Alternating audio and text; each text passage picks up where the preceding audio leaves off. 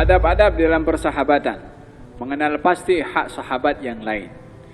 Di antara adab-adab persahabatan yang dicatatkan di sini adalah al-ithar, mendahulukan orang lain berbandingkan kepada dirinya sendiri, mendahulukan sahabatnya berbandingkan kepada dirinya sendiri dalam perkara-perkara yang diperbolehkan.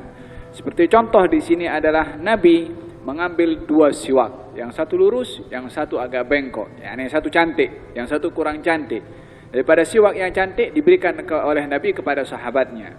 Maka ketika ditanya, disebutkan oleh Nabi SAW, tidak bersahabat dua orang yang bersahabat di dunia walaupun hanya sesaat daripada waktu, melainkan akan dipertanyakan oleh Allah hak persahabatannya ketika itu. Nabi menunaikan hak persahabatan dengan sahabat itu dengan diberikan yang lurus, yakni akhlakul ithar, mendahulukan temannya dalam hal yang baik. Ini bahagian daripada hak persahabatan. Di antara hak persahabatan adalah at-tazawur, ziarah menziarahi. Hak persahabatan adalah ziarah menziarahi. Dalam hadis Nabi SAW,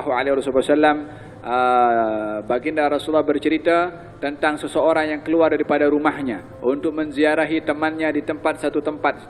Lalu Allah Subhanahu Wa Taala hantarkan malaikat menyerupai seseorang. Ditanya oleh malaikat itu, kemana kamu nak pergi? Dikatakan untuk menziarahi sahabat saya.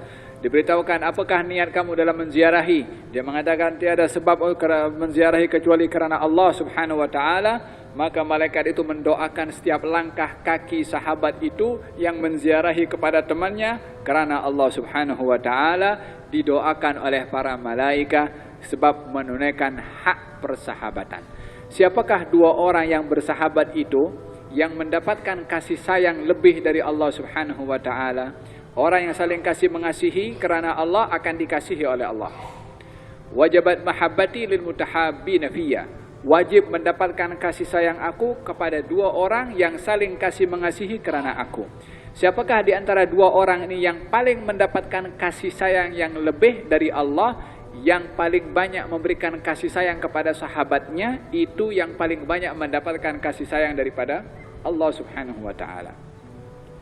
Dalam bersahabat ini, jangan kita hanya melihat kepada baiknya itu sahabat. Jangan kita hanya melihat saya seronok bersahabat dengan si fulan. Jangan hanya melihat dia adalah orang yang setia. Tapi kaitkan di dalam bersahabat itu apa yang kita boleh dapat daripada Allah dengan bersahabat dengan si fulan.